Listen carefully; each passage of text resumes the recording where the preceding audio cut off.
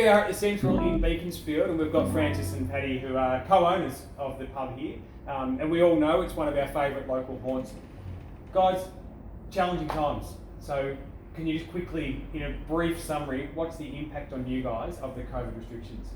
Well, for business, obviously, For it's business, a pretty big impact. I'm not saying the customers' faces every day isn't the greatest, but we're still running our takeaway bottle shop and takeaway food. So, we're chugging along. Yeah, and it's the same thing. It's just seeing your staff having to let go and reduced hours constantly and over, and they've got bills to pay, they've got families to feed, they've got rent to be paid. So it's just hard when they're reaching out and trying to get more shifts, and you just can't help them. There's not work there. It's actually interesting you say, and we obviously speak in Parliament. A lot of people turn around and go, you're business people, so you're rich, which we know is not the case, and I think I laugh then because there's a lot of unsuccessful pub owners, and that's because pubs are difficult. They're difficult to run. But the first thing you both mentioned then was actually staff. In a small business, what's the attachment to your staff? We know they're the most important asset. What's that actual attachment? Because they're not just staff.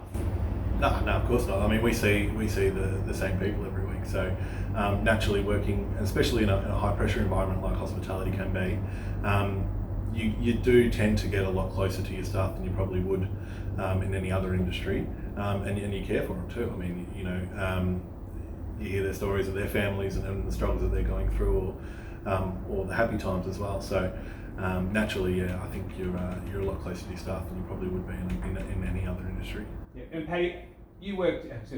We'll go again. Francis, you work down more at the Cardi, do you? Or you're based down? Park Hotel. Yeah. So when you're at the Community Park Hotel, you still got some staff on board. Yep. How's the feeling? How's the morale between the staff that are there? Look, it's up and down constantly because it's that fear of the unknown. It's you're being told you're going to get your JobKeeper payment, for instance, and then all of a sudden it's going to start dropping, but there's not as if there's any more shifts that they can gain to cover that difference. And I guess what I referred to before, everyone's got their bills to pay. Everyone's they've organised their working life in order to cover their lifestyle and their bills, the rest of it, and all of a sudden it's being taken away from the drop of a hat. So it's the morale at the moment it is a bit down, and I guess that's a struggle that we have, especially with our management team, and especially myself, is you try and get around staff and be there to support them, the rest of them, but it just isn't enough.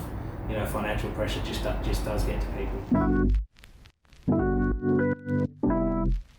You've got a lot of younger staff who work within the hospitality sector, and I'll ask you first, Francis, what's the impact on them? Because this is their sole source of income while they're going through uni. Mm-hmm. Some of them are out of home. What's the impact on them? So with our younger staff down there is, I know they've got a couple that we had to let go. That there's been 2 of them that have been able to find other jobs. The other ones haven't been able to find anything. Their whole plan was to be saving up money to buy their first home or to go and rent somewhere outside of the family home. But I guess that's all just been put on hold at the moment. They're all back with their parents. They're doing the best that they can. But at the end of the day, there's no work out there at the moment. They're looking, but there's not much there. So effectively, they're out of a job. And Paddy, obviously I've drank at both the pubs. I should say I probably drink at pubs more than I should, but you actually tend to have some older staff here. We have a pretty good mix. Yeah. We do a lot of entertainment on the weekends and stuff, so I do have a lot of younger staff that work, those 1 to 2 shifts a week.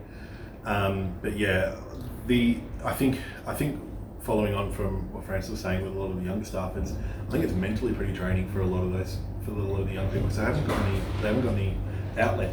They're home all the time now. They're not, they can't go out or see their friends or anything like that, which, I mean, I know when I was sort of 18 to 21, I was doing that every day, not just every weekend. So I think it's been really, really hard on them, as much as it has been for the older people.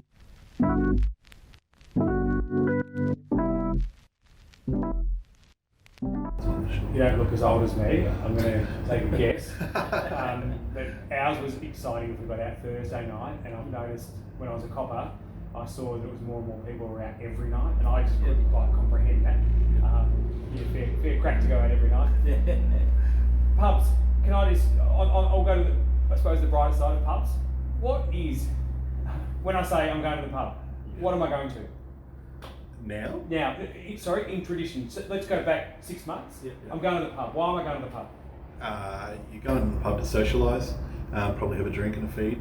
But I think generally it's socialising. I mean, pubs short for public space. So I mean, really you're there to possibly meet people, see your friends, all those type of things that I think it's part of human nature. Everybody needs it. So. And even on that too, you're there to see the regular staff members' faces that have been there for years, and that you talk to nearly every day. You're just there to catch up on life and see what they're up to, see what they know and what's going on. I mean, the bartenders know nearly everything that's happening in the community because they're here listening to everyone's stories. So, it's just a good place to go to, as Pat said, socialise and find out what's happening in the local community. A lot easier than reading the Herald Sun. Absolutely, Exactly. Yeah.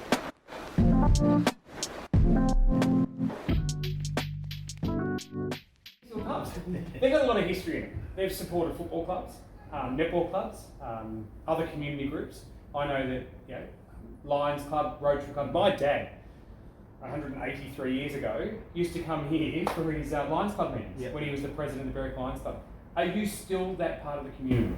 Absolutely. So with the Cardi, I mean, we sponsor the local Berwick Footy Club, which we have done since being there. We've sponsored a lot of local community groups. We do a community support fund in conjunction with the local council. We have one team member from there, one team member from the community, and also one team member from the Cardi that we distribute $40,000 annually to. So, money like that, it's all dried up at the moment. We can't support our community and keep funding, local community group programs, to keep them going. Yeah, still making money. Yeah.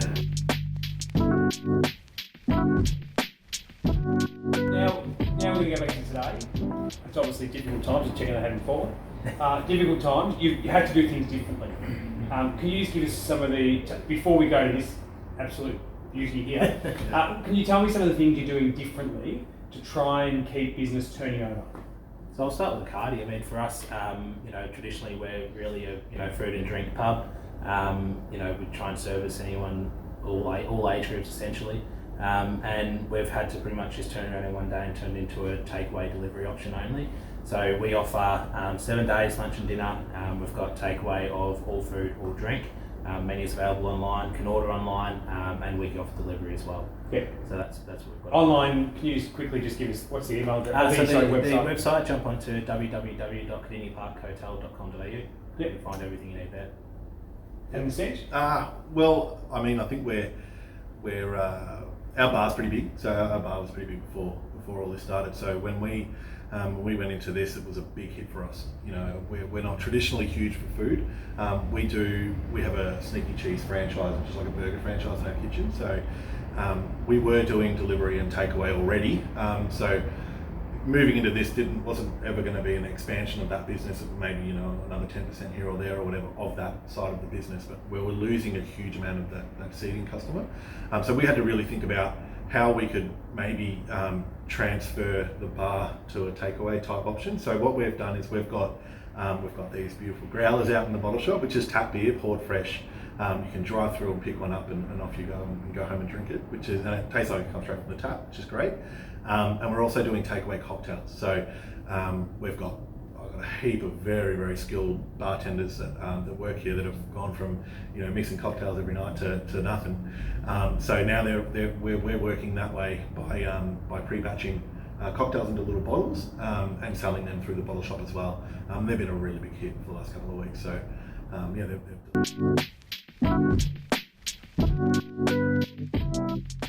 I'll get you to crack it.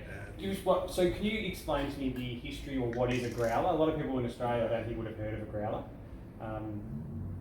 You know the history of the growler, Francis? I'll put him on the spot there. I don't know the history. But it's most importantly tap beer served fresh. You can have it home. That's probably the best thing about it. So I think I'll go into a bit of history there. So growler is not something that's terminology is used often in Australia.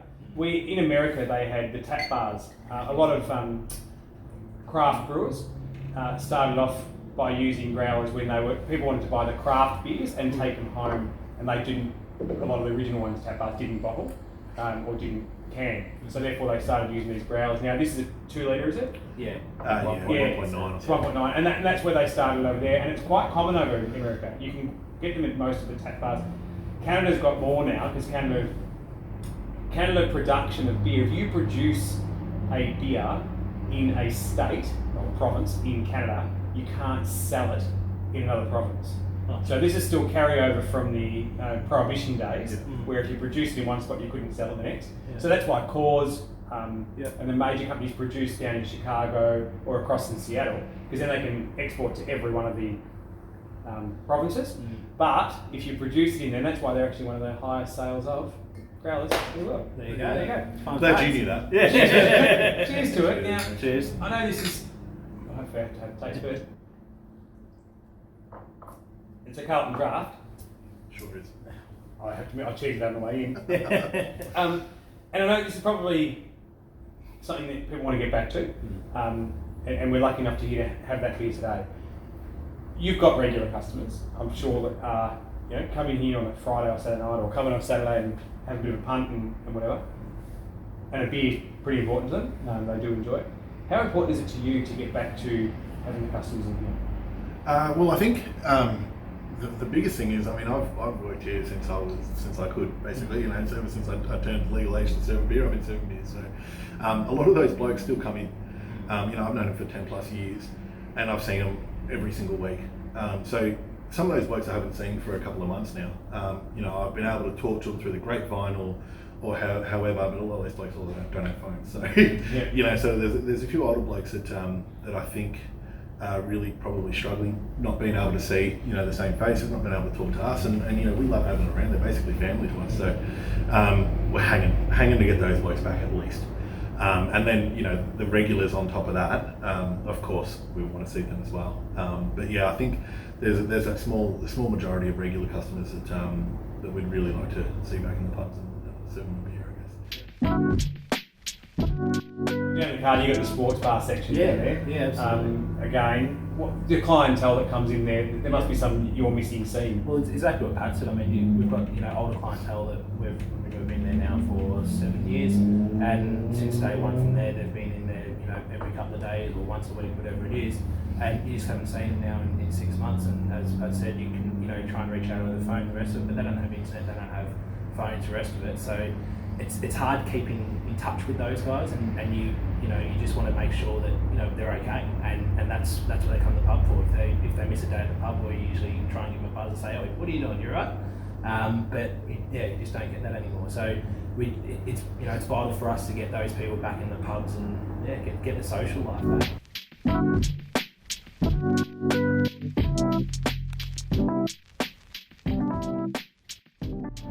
And as I said, I'm going to ask the final question for you here, and I think it is pretty important, but changes are going to continuously happen through this COVID virus. We all know that. And you could probably tell me there's some things you could do safely, but if you had a message to government on what you want to see changed, and obviously you're going to have some restrictions, what would be your message back to government, the one thing you want to see changed coming up? For me, it's, you can trust us with the RSAs, you can trust us with the responsible service of gambling and food, the rest of it. Surely we can be responsible enough to open safely with the COVID virus. I mean, we've got obviously contact tracing now through the DHHS, fantastic. We've got pre-taken details of everyone that's coming in. Well, when there's an issue, we can stomp that issue out. And I understand it's not going to be full capacity straight away, but please just give us a chance and drip feed us something to start, because it's going on 7 months since we've seen the body in the hotels, and they take up a lot of land, they take up a lot of money, and they're sitting here like a wasteland. Yeah, absolutely second that. Yeah. I mean, it'd be good just to have some sort of clientele inside the pubs where we can, and I guess it's sort of trusting the publicans a little bit more with being able to do it safely, because I believe we can. And I fully trust the industry.